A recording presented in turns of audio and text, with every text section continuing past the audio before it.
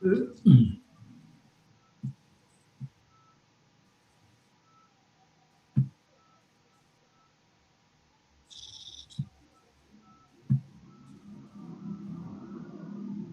aja.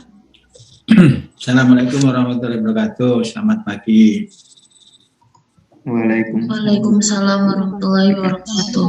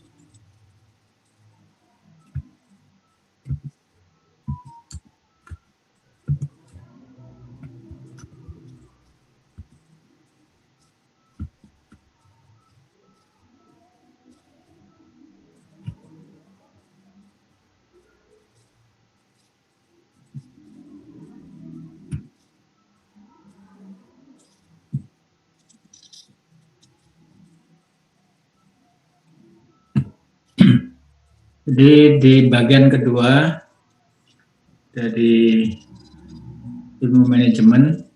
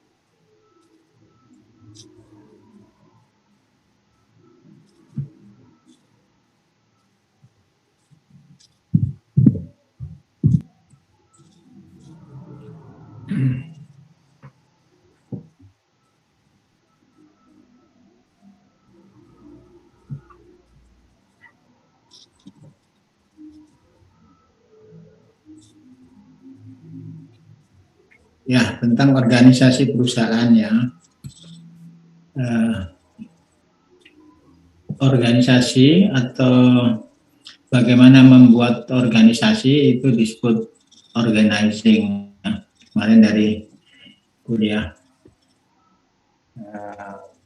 manajemen, prinsip-prinsip manajemen, ya, yang disebut pengorganisasian atau organizing itu adalah pengaturan kegiatan secara sistematis. sehingga dapat berkontribusi terhadap tujuan perusahaan atau organisasi. Jadi supaya kegiatannya sistematis,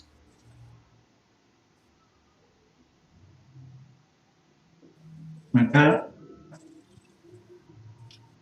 ada 3 kata kunci, ya.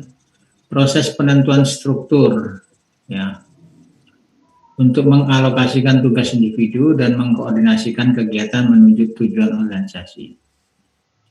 Ada 2 pilihan, mekanistik atau organik.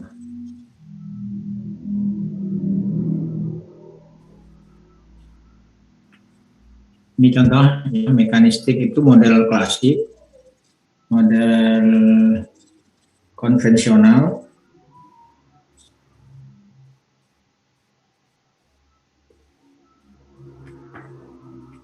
Di sebelah kiri itu adalah model klasik. Jadi sekelompok orang akan dipimpin oleh 1 orang.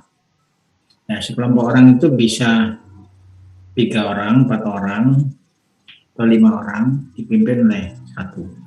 Nah, yang memimpin itu nanti dipimpin lagi di atasnya, ya, itu namanya mekanistik model. Jadi ini biasanya disebut high specialization, ya. Jadi pengelompokan itu sesuai dengan keahliannya. Jadi misalkan bidang pemasaran, ya, bidang teknis, bidang keuangan atau personalia, ya. Rigid departmentalization, ya. Jadi pengelompokan itu aku, ya. Jadi satu kelompok tidak boleh bukan tidak boleh berhubungan, tapi tidak boleh mencampuri kelompok yang lain, ya. Jadi bagian pemasaran itu tidak boleh mencampuri urusan teknis, misalkan gitu. Clear chain of command. Jadi komandonya jelas, ya. Rantai komandonya jelas dari atas ke bawah. Narrow span of control. Nanti saya jelaskan apa yang span of control. Centralization, yaitu terpusat pada 1 orang. High formalisasi, sangat formal, ya. Kecenderungan yang baru itu disebut organic model. Jadi pengelompokan itu tidak harus berjenjang ke atas, tapi bisa seperti cluster. Ya, ini disebut cross functional team, cross hierarchical team. Ya, jadi secara fungsional dia bisa lintas. Ya, secara hierarki juga bisa free flow of information, wide span of control, desentralisasi, low formalisasi. Jadi kebalikannya dari mekanistik, itu yang baru. Tapi tidak semuanya berlaku, ya, artinya bisa aja gabungan, ya, gabungan masih ada mekanistiknya, tapi sebagian ada yang organik. Apa yang disebut span of control, ya, jumlah bawahan yang bertanggung jawab langsung kepada supervisor, jumlah bawahan yang dibawahi, bukan bertanggung jawab, yang dibawahi supervisor. Jika ada 64 pekerja dan 8 supervisor, maka rentang kontrolnya adalah 8. Jadi artinya setiap satu supervisor itu membawahi 8 orang atau 8 bawahan. Jika rentang yang diinginkan dari rentang dengan kontrol itu 4, maka jumlah yang sama pekerja akan membutuhkan 16 supervisor dengan 4 manajer. Ya. Teori manajemen lama, maksimum rentang kendali adalah 6. Atau span of control atau rentang kendali. Untuk teori manajemen yang baru itu bisa lebih besar, bisa 15, bahkan bisa sampai 25. bawahan per supervisor.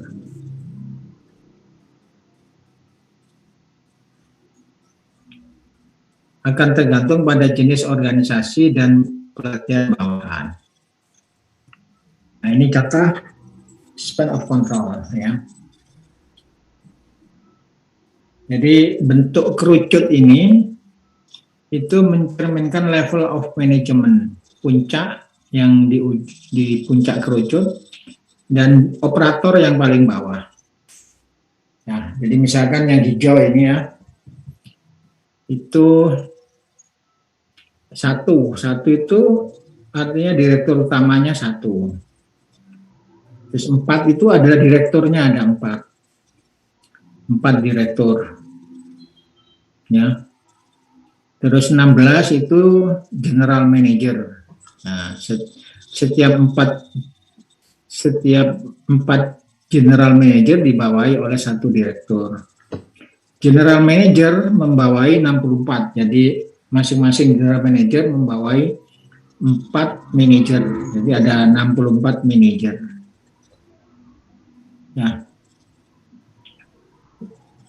Manajer 64 manajer membawahi 256 kepala bagian. Ya, atau superintendent.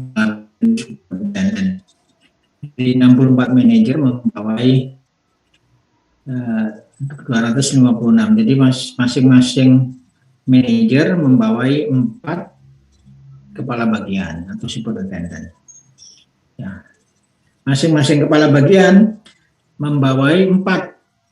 Ya, jadi 4 kali 256.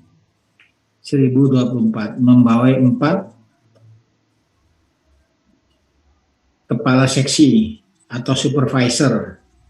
Nah, di supervisor itu yang paling bawah, yang paling dekat dengan operator. Ya, jadi 1024. Masing-masing operator, masing-masing supervisor itu membawahi 4 operator. Jadi 4 kali 1024. Jadi 4096. Ya.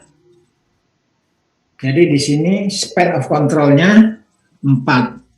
Level of manajernya ada 6. Ya, jadi manajernya 1 sampai 6. Karena yang 7 itu bukan manajer tapi operator. Nah, dari sini kita bisa menghitung berapa jumlah manajer dan berapa jumlah operator. Jadi jumlah manajer berarti dari level 1 sampai level 6 itu jumlahnya 1365. Jumlah operatornya ya 4096. Jadi total karyawannya berapa? Total pegawainya 5461. Ya. Jadi saudara bisa memperkirakan jumlah pegawai, ya, jumlah pegawai yang terdiri dari manajer atau bagian manajemen dan bagian operator. Ya, jadi kalau 1.300 banding 4.000 ya kira-kira 1 banding 4 ya. Jadi span of control adalah 4. Nah, span of control ini termasuk span of control yang tinggi. Ya, karena level organisasinya ada 7. Ya, manajernya 6 level. Ya, jadi rantainya panjang. Ya. Ini seperti di PT Petrokimia Gresik seperti ini. Ya. Mirip ya. Level. Jadi di Petrokimia Gresik itu ada direktur utama, di bawah direktur utama itu ada direksi, di bawah direksi itu ada general manager, di bawah general manager ada manager, ya di bawah manager ada kepala bagian, di bawah kepala bagian ada supervisor atau kepala seksi. Ya. Di operator itu sebenarnya ada juga yang memimpin, tapi memimpin antara operator itu namanya kepala regu. Jadi setiap operator ada kepala regunya, karena ada shift. Ya, ini belum dihitung shift. Ya, kalau dihitung shift berarti 4.000 itu dibagi 4. Jadi sekitar 1.000, ya 1.000 yang masuk gitu ya. Ya, yang 3.000 gantian nanti ya, jadi 1.000 gitu. Kalau ada shift, karena shift itu kan 3 ya, shift pagi, shift siang, sama shift malam.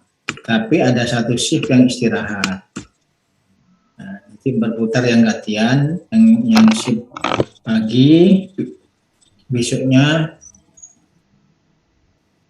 masuk shift siang, besoknya lagi dia masuk shift malam, besoknya lagi dia libur off.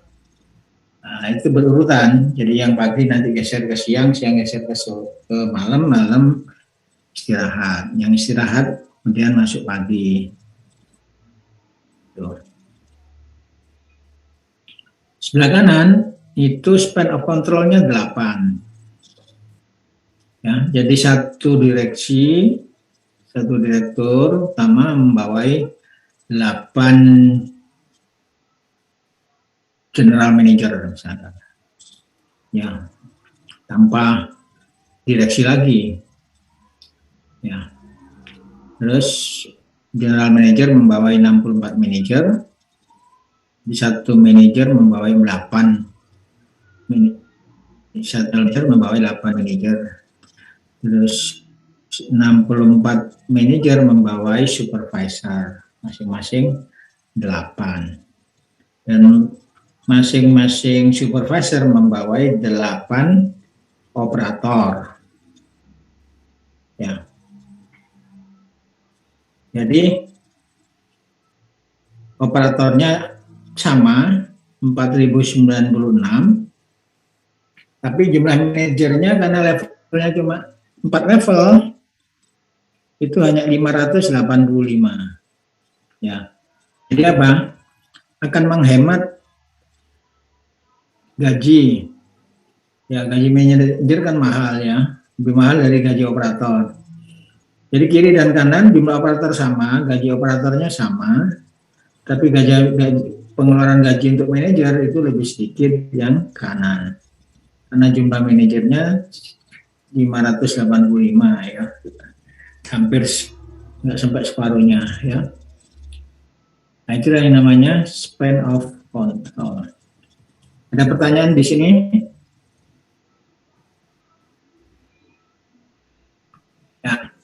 Ya, saya izin bertanya, Prof. Nah, silakan.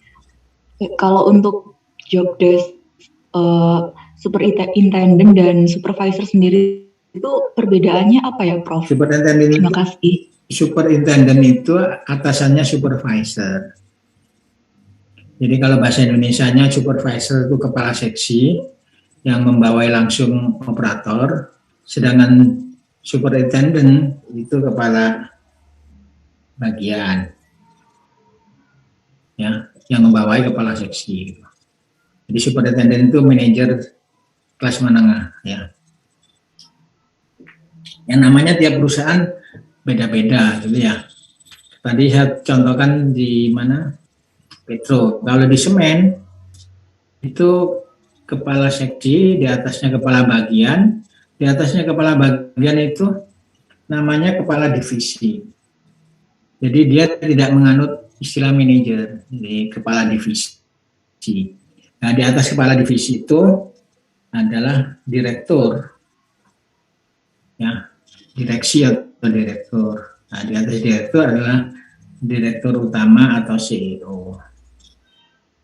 Ya, jadi kalau di semen Gresik lebih pendek level of organization-nya dibanding di PT Petrokimia Gresik. Nah, jadi yang organisasi levelnya lebih rendah itu disebut organisasi datar, flat ya. Jadi hanya beberapa lapisan manajemen, tentang kendali besar. Sedangkan organisasi tinggi, lapisan manajemen lebih banyak, tentang kendali yang lebih kecil. Ya, jadi kebalikannya, rentangnya begitu. Pengawasan lebih baik. Untuk suatu organisasi besar, 5 lapisan adalah maksimum. Sebuah organisasi yang tinggi memperlambat pengambilan keputusan, menyediakan supervisor yang lebih banyak, mestinya gitu.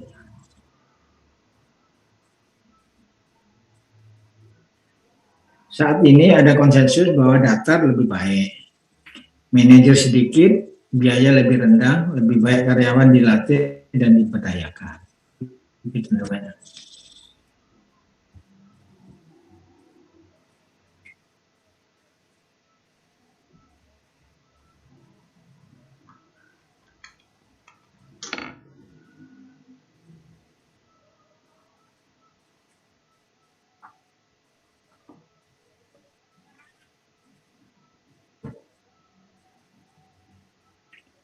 Ya, sebuah organisasi datar mengurangi kemungkinan untuk miskomunikasi. Apalagi sekarang komunikasi sudah canggih. Ya, ada internet, ada HP, macam-macam itu, sehingga rentang kendali yang besar tidak ada masalah. Ya. Suatu pendapat bahwa seorang manajer hanya bisa mengawasi sejumlah kecil orang. Dengan sistem komunikasi modern ini, pendapat ini tidak benar. Nah, ini contoh bagannya ya. Jadi yang tol, coba yang di atas itu berapa lapis manajemen? 1, 2, 3, 4, 5. Ya. Kalau yang paling bawah itu disebut operator, berarti cuma 4. Kalau yang bawah itu flat. Jadi saya eksekutif langsung manajer, ya. Manajer membawai supervisor gitu. Ya.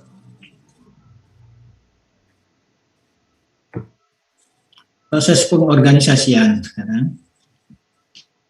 Jadi untuk membuat organisasi itu melakukan identifikasi dan klasifikasi pekerjaan. Jadi misalkan saudara bangun pabrik ya, misalkan pabrik biodiesel, ya, saudara identifikasi pekerjaannya realnya apa? Mulai dari operatornya, misalkan bagian teknis. Ya, bagian teknis itu butuh berapa operator?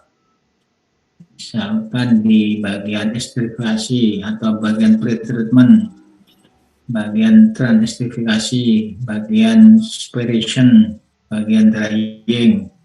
Nah, itu masing-masing ada satu grup operator, bukan satu operator, satu grup operator. Karena kerja 24 jam itu minimal ada 4 operator sendirian. Ya. 4 itu shift. 3, 1 off. Ya. Nah, itu identifikasi ya. Kebutuhannya dan klasifikasi tadi ya. Jadi butuh bagian teknis berapa, bisa dihitung.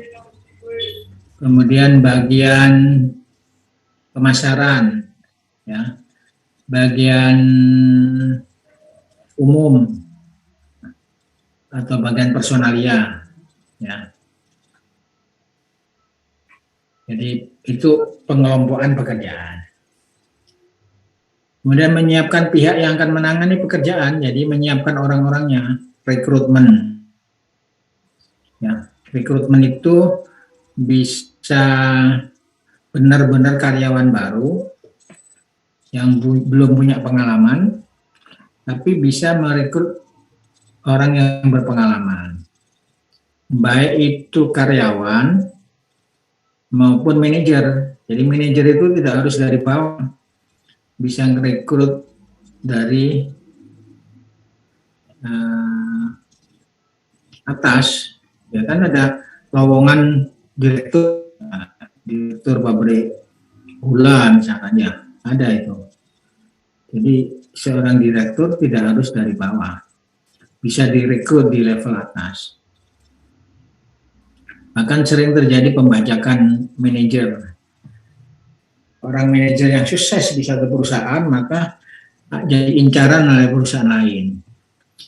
Gaji yang lebih tinggi, fasilitas yang lebih baik, ya, manajer itu akhirnya keluar, pindah ke perusahaan lain. Ya. Jadi ini termasuk menyiapkan pihak yang akan menangani.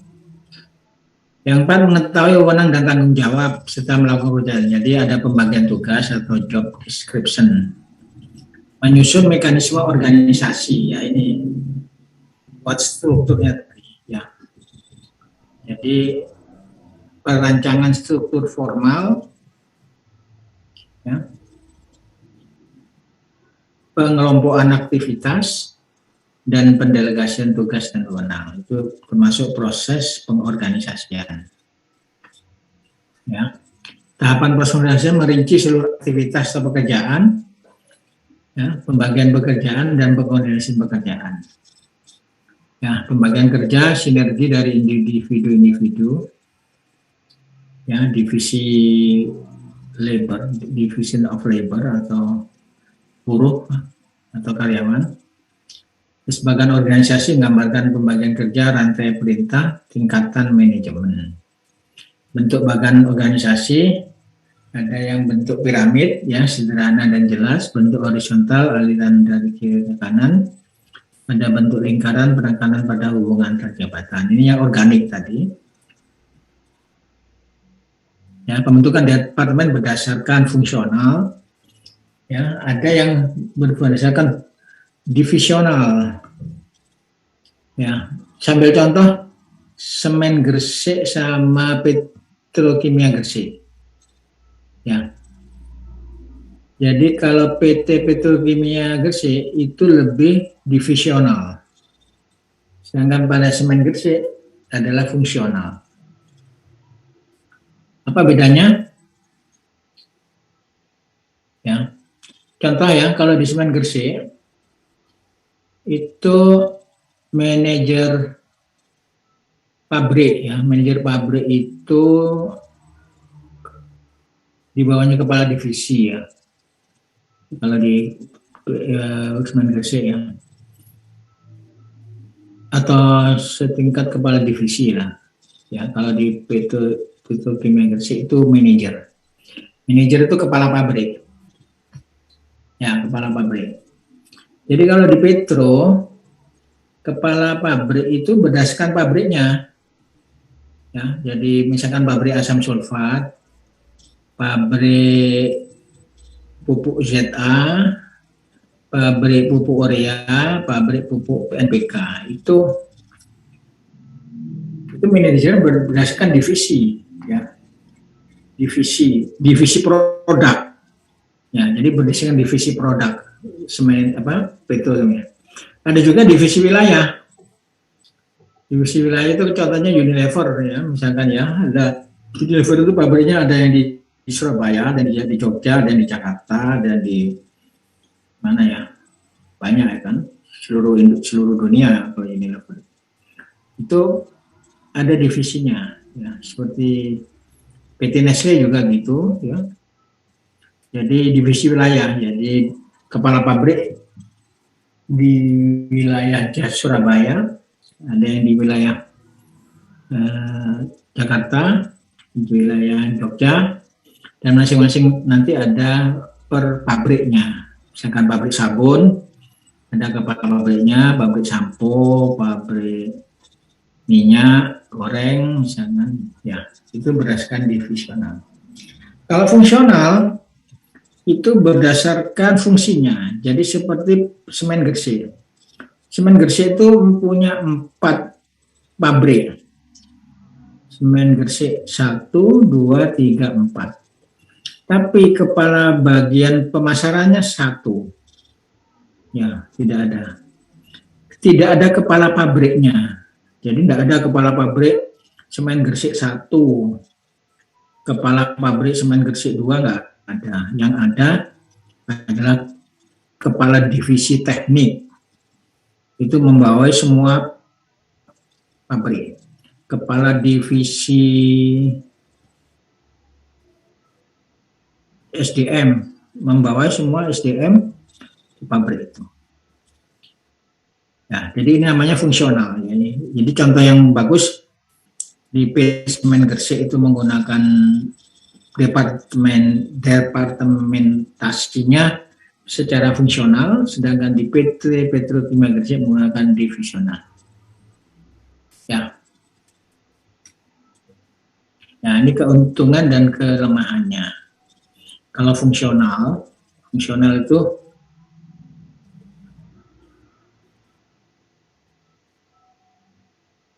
yang ini tadi, yang fungsional itu yang seperti Semen Gresik. Menjaga kekuasaan dan kedudukan, kebaikannya, spesialisasi, sehingga efisien, mudah pengawasan dari manajemen puncak. Kelemahannya dapat menciptakan konflik antar fungsi yang ada. Ya, jadi bisa saja fungsi pemasaran, fungsi teknis di pabrik 1 sama pabrik 2 misalkan ya.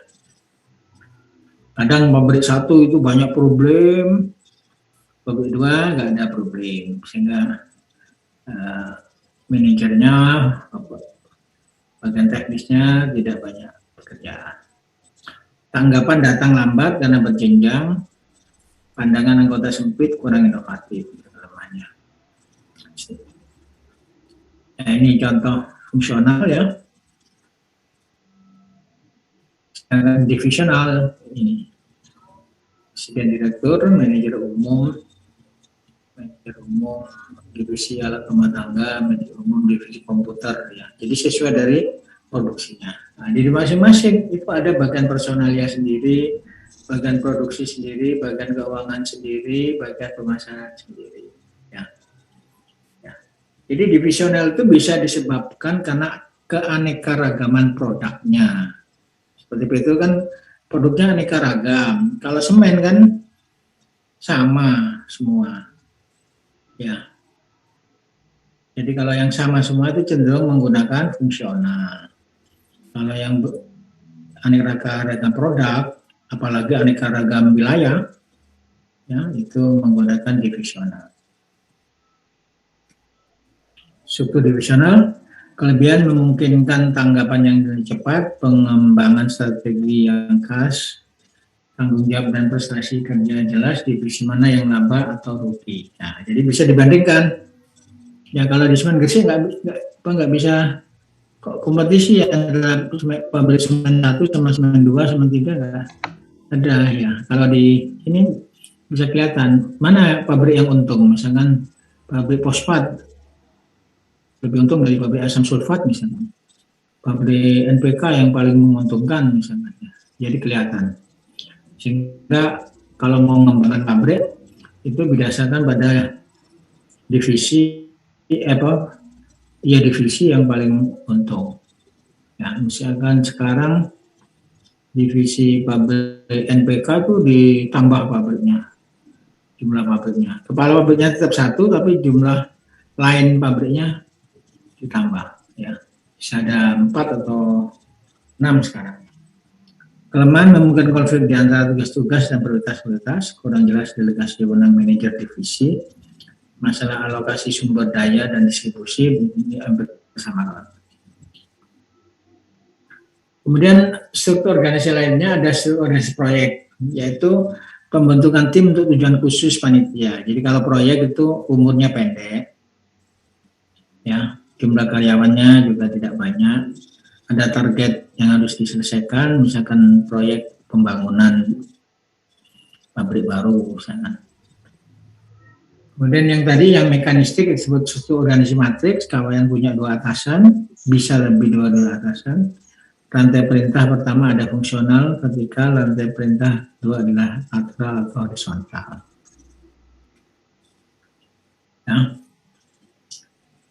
secara umum, struktur organisasi itu dikatakan lini dan staff, line and staff. Ya, line. Kalau line saja itu tanpa staff. Apa maksudnya? Kayak ini namanya line and staff ya. Jadi direktur membawa manajer, manajer membawa superintendent, superintendent membawa supervisor. Antara direktur ke manajer itu line namanya. Jadi satu garis komando. Ya. Manajer ke superintenden itu lain. Ya. Nah, sedangkan di dalam direktur ada sekretaris, bukan sekretaris direktur ya, sekretaris perusahaan. Kalau sekretaris direktur itu kan pegawai ya. Kalau ini ada strukturnya sekretaris perusahaan. Ya, kalau di ITS misalkan ya rektor. Rektor itu bawahnya siapa? Bawahnya rektor itu siapa? Wakil rektor bro. Siapa? Dekan. Bawahnya dekan. Bawahnya dekan apa? Kepala departemen. Kepala departemen, ya. Nah, sekarang wakil rektor itu masuk apa? Wakil dekan itu masuk apa? Karyawan bro. Bukan, staff, ya. Itu namanya staff. Sekarang ditambah sekretaris ITS, sekit.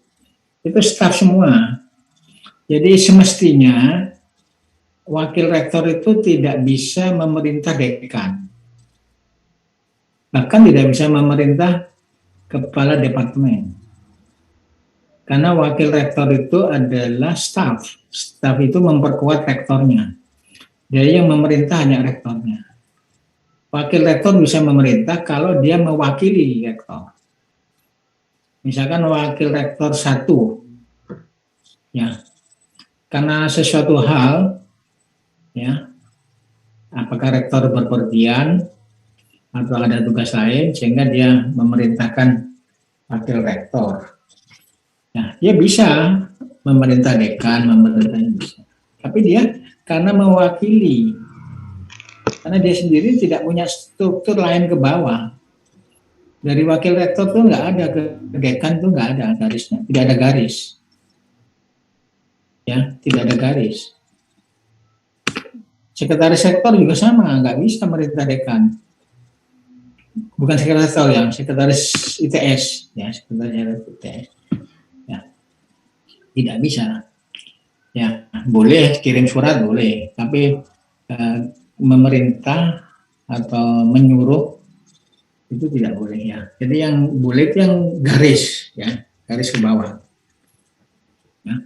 Jadi staf itu fungsinya memperkuat. Nah, kalau di kementerian itu ada yang disebut staf di kementerian apa? Misalkan Menteri Pendidikan,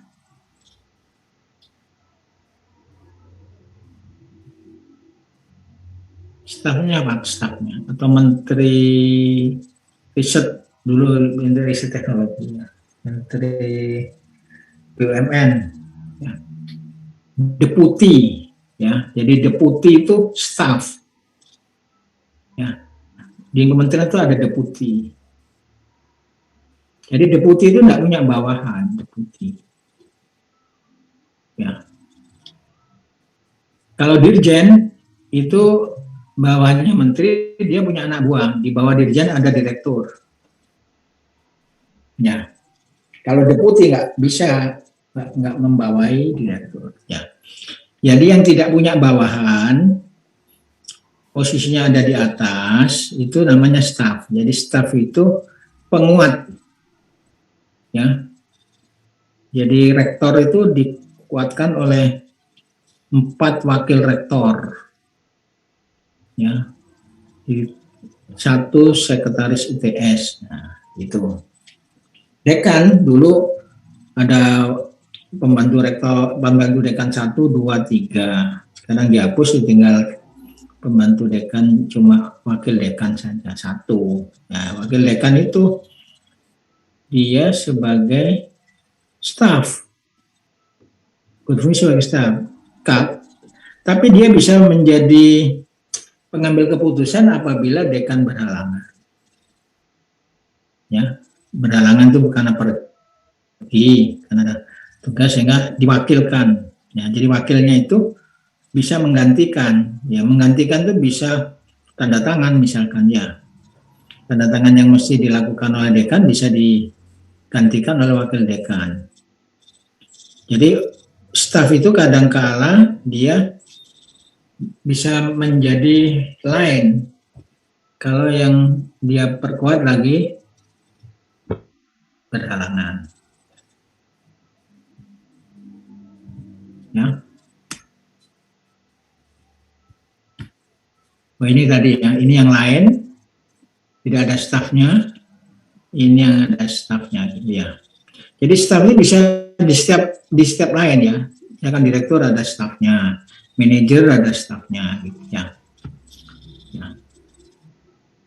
Bukan pegawai ya, bukan karyawan ya. Kalau karyawan itu operator masukan. Jadi misalkan di rektor gitu ya. Di rektor itu ada sekretaris rektor. Sekretaris rektor itu sifatnya operator. Ya.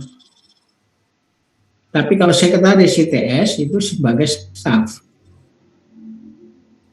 Bisa bedakan ya. Seperti di departemen misalkan ya, ada prodi. Prodi itu staf. Tapi di situ ada juga karyawan. Ya, karyawan sekretariat. Karyawan sekretariat itu operator. Ya. Jadi kalau di ITS yang jadi operator itu karyawan dan mahasiswa gitu. Ya, jadi mahasiswa itu tetap masuk operator yang dipimpin. Ya. Karyawan itu juga yang dipimpin. Dosen itu termasuk operator juga. Ya.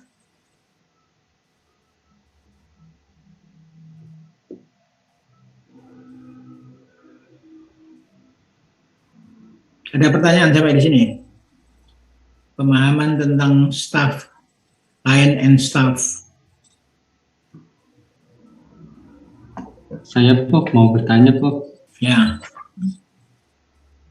Saya mau bertanya tentang struktur organisasi divisi yang tadi Prof-nya jelaskan, misalnya seperti di petrokimia Gresik, Ya. itu kan dari NPK, misalnya dari Departemen NPK dan H2SO4 lebih banyak penjualannya di Departemen NPK.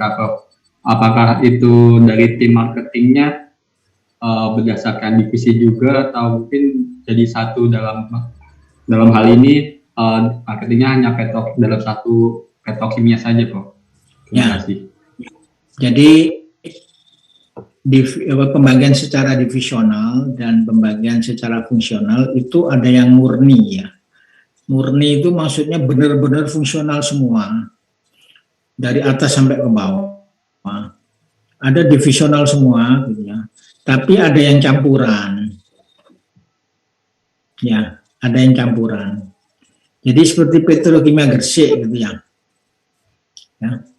Itu pembagiannya masuk divisional karena pembagian divisional petrokimia Gresik itu hanya untuk teknisnya, untuk teknis ya itu divisional. Jadi kepala pabrik itu membawa itu divisional.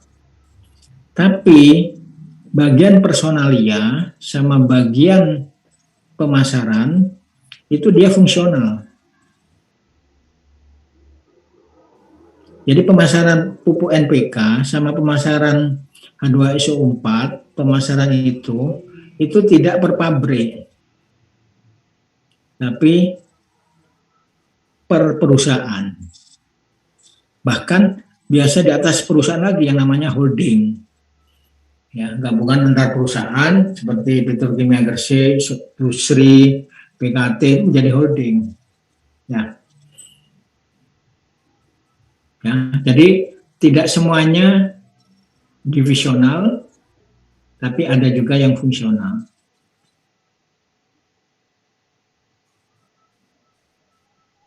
Tapi ada seperti Unilever. Nah, Unilever itu full ya, divisional. Gitu ya. Jadi misalkan pabrik di Jogja sama pabrik di Surabaya, itu masing-masing punya kepala bagian punya direktur teknik ya atau manajer teknik, punya manajer pemasaran sendiri, punya manajer personalia sendiri, ya itu full ya, full divisional ya. Jadi ada yang full divisional. Ya walaupun pemasaran bisa gabungan gitu ya. Misalkan yang di Jogja itu produknya, kalau di sini itu produknya apa di sini? Sampo sama deterjen ya. Kalau di Jakarta itu produknya minyak goreng sama sabun ya. Nah, pemasarannya bisa sama-sama ya. Jadi bisa mungkin bikin brosur sama-sama misalnya. Sama-sama Unilevernya ya. Tapi dia full sebenarnya, full divisional. Ya. Bisa jawab jawaban saya. Bisa jawab pertanyaan tadi. Ya, baik. Terima kasih, Prof. Ya.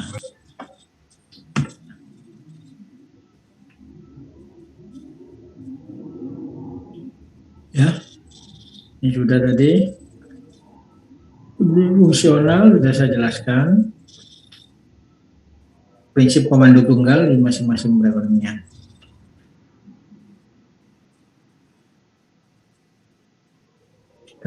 Kalau organisasi militer itu termasuk fungsional apa divisional? Misalkan TNI gitu.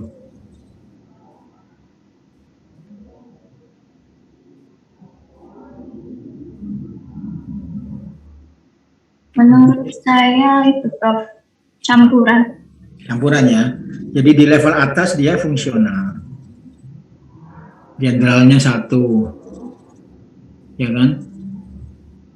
Terus apanya di bawah jenderal itu apa?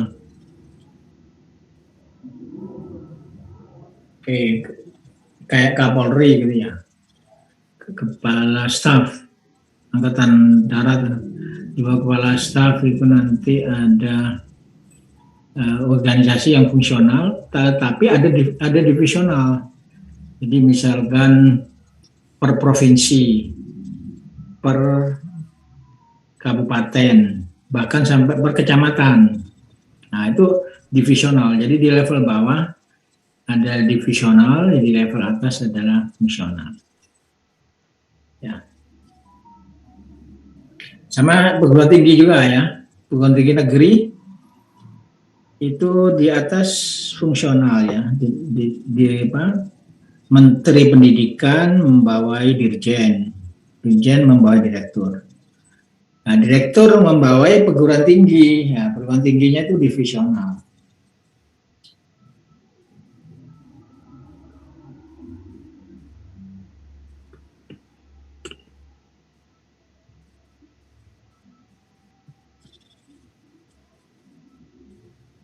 Ya, yang penting dapat fungsional dan divisional. Ini keuntungan kelebihannya apa aja.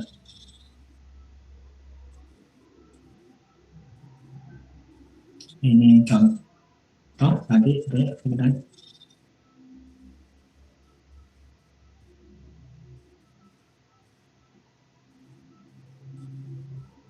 Organisasi produk dan area, ini divisional tadi, sudah ini tadi. Nah ini contoh real ya, ini termasuk divisional apa fungsional ini? Ini lupa ini pabrik apa ini kan? Jadi ada direktur, di atas direktur dewan redaksi. Dewan redaksi itu termasuk direktur utama. Itu dibawahi rapat umum pemegang saham dan dewan komisaris. Jadi komisaris itu adalah penguat rapat umum pemegang saham. Ya, jadi merupakan wakil. Komisaris itu wakil dari rapat umum pemegang saham. Kalau di pemerintah, komisaris itu ditunjuk oleh pemerintah karena pemerintah itu sebagai pemilik saham terbesar. Ya. Jadi rapat umum pemegang saham kalau misalkan BUMN itu ya pemerintah, menteri yang menetapkan direktur Semen Gresik siapa itu menteri. Ya, tapi melalui rapat umum pemegang saham. Ya maksudnya wakil pemerintah, menteri. Itu wakil pemerintah, menteri. Makanya misalkan direktur Pertamina siapa yang ganti?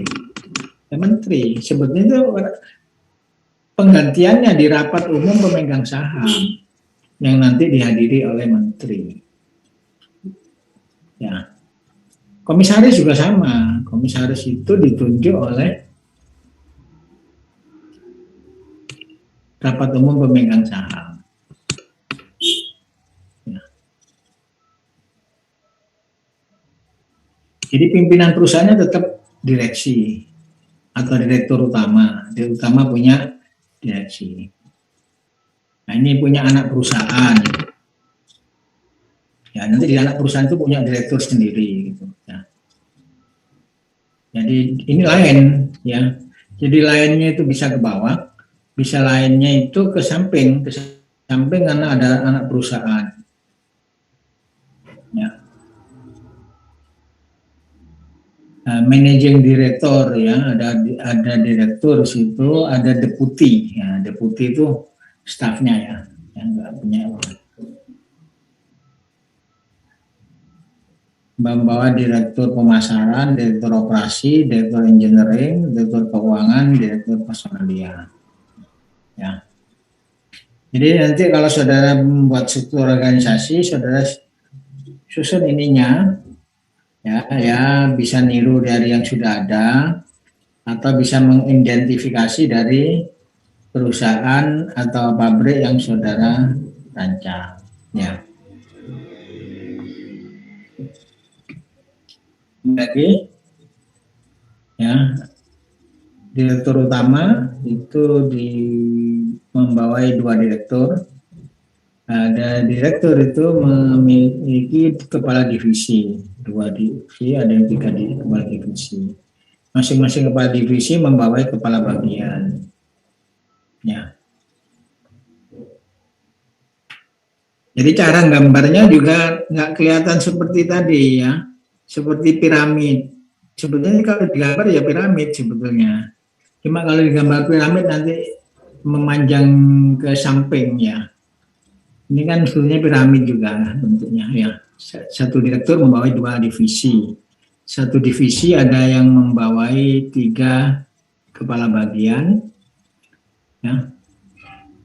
Tapi juga di sini direktur utama langsung ke kepala bagian komunikasi, SDM, bagian bisa jadi seperti itu. Ya. Mestinya ada satu direktur lagi ini, yang di tengah itu mestinya direktur personalia atau direktur umum, ya, yang membawai kepala bagian. Ya, jadi seolah-olah di sini tidak ada direktur, tidak ada kepala divisinya untuk yang bagian komunikasi perusahaan, bagian SDM, bagian seolah-olah nggak ada itu. Nah, jadi ini memang campuran gitu ya, strukturnya nggak rigid seperti piramid, bisa seperti ini. Ya, ini contoh, ini real ini. Saya lupa perusahaan apa, tapi ini diambil dari salah satu perusahaan. Ya, itu struktur ya. Masih ada pertanyaan untuk struktur organisasi? Saya Pak, izin bertanya. Ya, silakan. Yang mengenai sebelumnya, jika ada satu bagian itu Prof, tidak menghubungkan antara direktur ke supervisor, tetapi dalam realnya, misal direkturnya itu langsung memberikan tugas ke supervisor, begitu apa bisa, Prof? Ya nggak bisa, harus bertingkat. Itu namanya melangkahi. Ya, jadi seorang rektor itu nggak boleh langsung merintah kepala departemen itu Tidak boleh, mestinya gitu ya. Mestinya dia merintah ke dekannya nanti yang ke departemennya gitu. Kalau itu namanya melangkahi, secara birokrasi melangkahi. Kecuali kalau kondisi urgent ya. Seorang presiden memerintah wali kota itu nggak boleh, ya, kecuali urgent. Dalam keadaan normal dia memerintah ke gubernur, nanti gubernurnya yang merintah ke wali kotanya. Gitu, ya. Jadi tidak boleh melintas, itu tidak boleh, itu melangkahi. Seolah-olah nanti manajemennya nggak dipakai. Kalau seorang presiden langsung memerintah wali kota, soal gubernurnya nggak dipakai, dilangkahi namanya. Ya, itu bisa terjadi kalau ada konflik, biasanya gitu. Misalkan presiden ada konflik dengan gubernur Jawa Timur misalnya. Nah, dia memerintah wali kota tanpa lewat gubernurnya. Itu pernah terjadi. Itu kan keadaan khusus, artinya yang tidak normal. Kalau normal harusnya mengikuti struktur, harus bertingkat.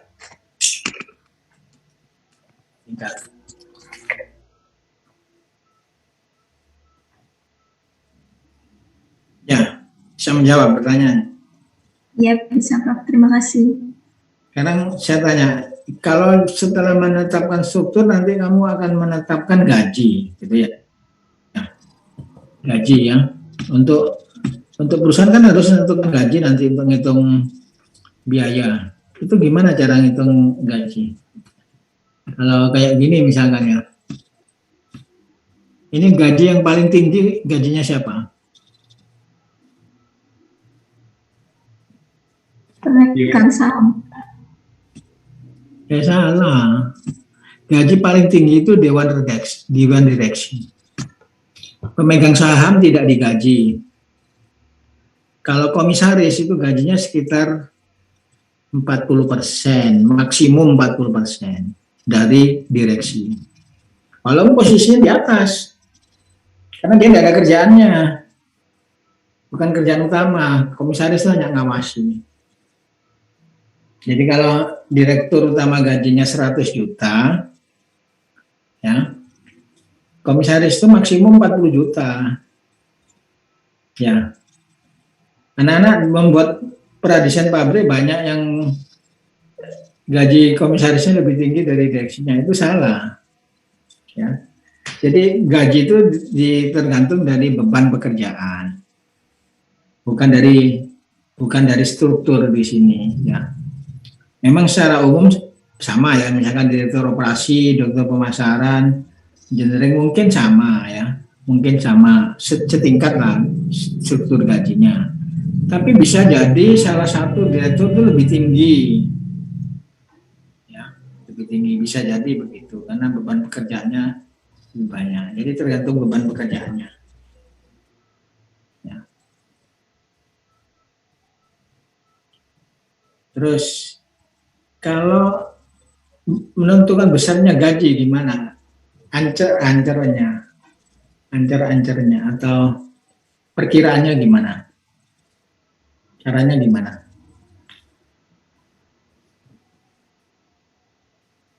Kan enggak tahu, kan enggak punya info ya. Misalkan gajinya direktur semen Gresik itu berapa? Ada yang tahu? Kan enggak ada infonya ya. Tapi kalau gajinya direktur Microsoft, gajinya direktur Apple, gajinya direktur Citibank, itu ada, sudah bisa lihat di Google Finance atau di Yahoo Finance. Itu ada berapa gajinya direktur Microsoft itu. Direktur Amazon misalkan, berapa gajinya? Tunjangannya berapa? Ada itu, bisa dilihat gitu ya. Tapi direktur semen Gresik, direktur petrokimia nggak ada di internet. Ya, walaupun mereka menyatakan perusahaan terbuka, tapi persoalan gaji nggak dicantumkan. Jadi yang tahu ya yang kerja, ya yang kerja di sana. Gitu. Nah sekarang bagaimana cara menentukan gaji? Misalkan gini, misalkan saudara membuat pabrik biodiesel, terus dihitung jumlah karyawannya, misalkan ada 100, ya manajernya ada 30 misalkan. Gimana menentukan gajinya? Pertama, acuannya kalau untuk operator adalah UMR. Ya. UMR itu operator.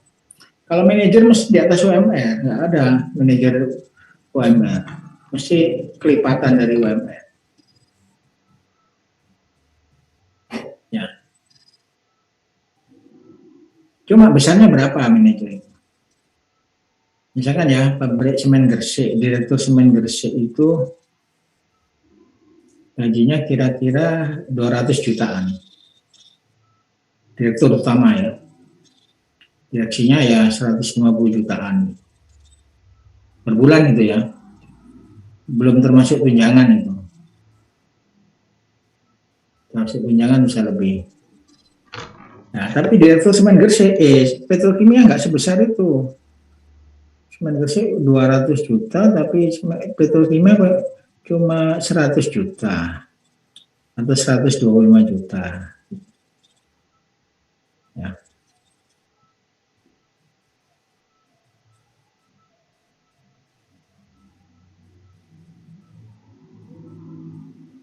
Terus dari mana dapatnya? Dari mana menetapkannya? Dari laba penghasilan. Wong pabriknya nggak ada yang nggak laba tapi digaji kok. PLN tuh nggak pernah untung tapi gaji direkturnya 250 juta.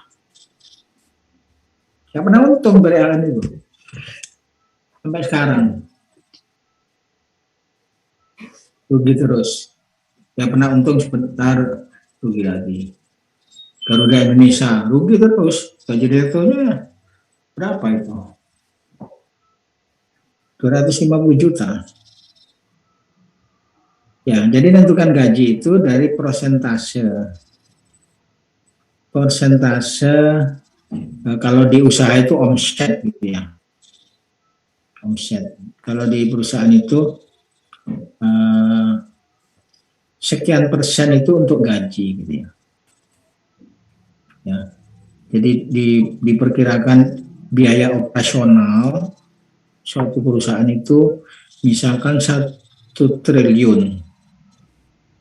Nah, berarti alokasi gajinya paling tidak 20%.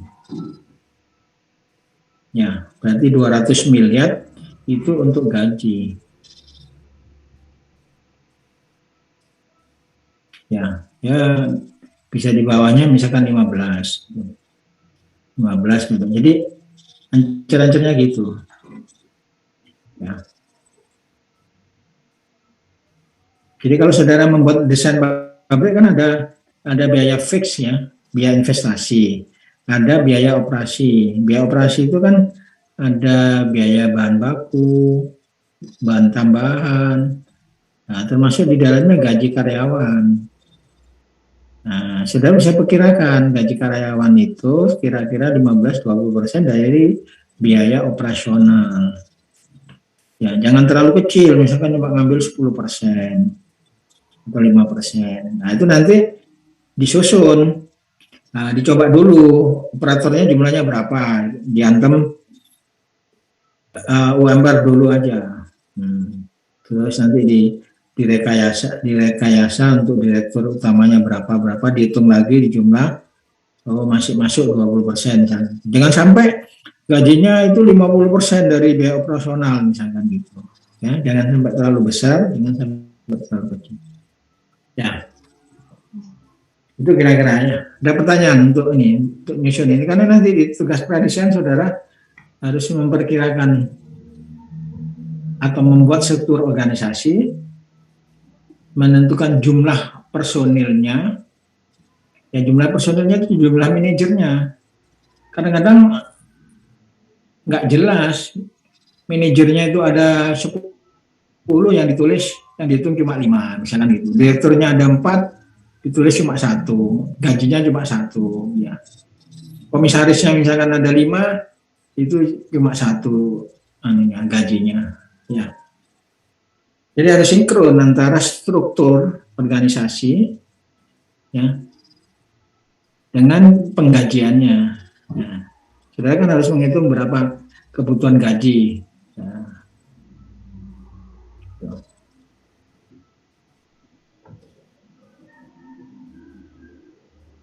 ya, ada pertanyaan sampai di sini? Ada ya, saya lanjutkan. Oh, waktunya udah habis ini. Yang lain dibaca sendiri aja ya.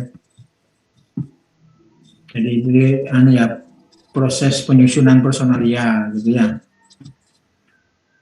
Ini apa macam-macamnya gitu ya. Jabatan dan sebagainya. Ya, ini penjelasannya aja. Ya. Jadi bagaimana rekrutmen orang-orangnya ya, bisa di seleksi, bisa lewat mengambil promosi dari bawah dinaikkan jabatannya ke atas dan sebagainya ya. Ada. Itu aja intinya. Ini kan di tugas pradesain kan tidak ada ini ya. Cuma ini di ilmu ya yang di ininya ya. Ini ada pemanfaatan SDM, ada yang diberhentikan, ya, di PHK, ada dipensiunkan karena umur, ada dimotivasi, ya. Kadang-kadang karyawan tidak produktif, ya, produktif dipecat, diberhentikan lebih baik daripada dipakai tapi tidak produktif.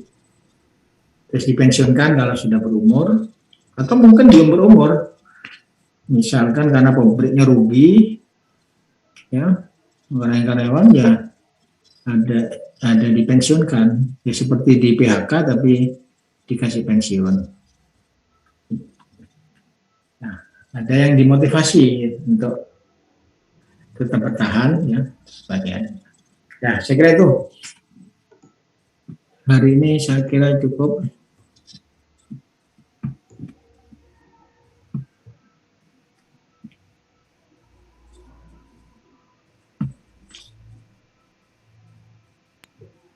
Permisi Prof, izin bertanya.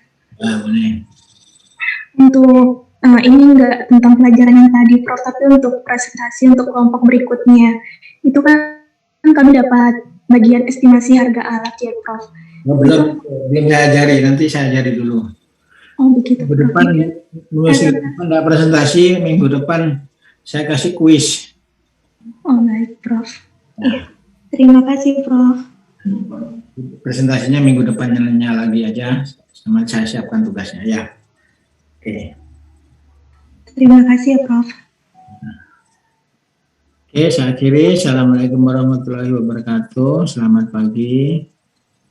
Waalaikumsalam. Selamat pagi, Prof. Terima kasih.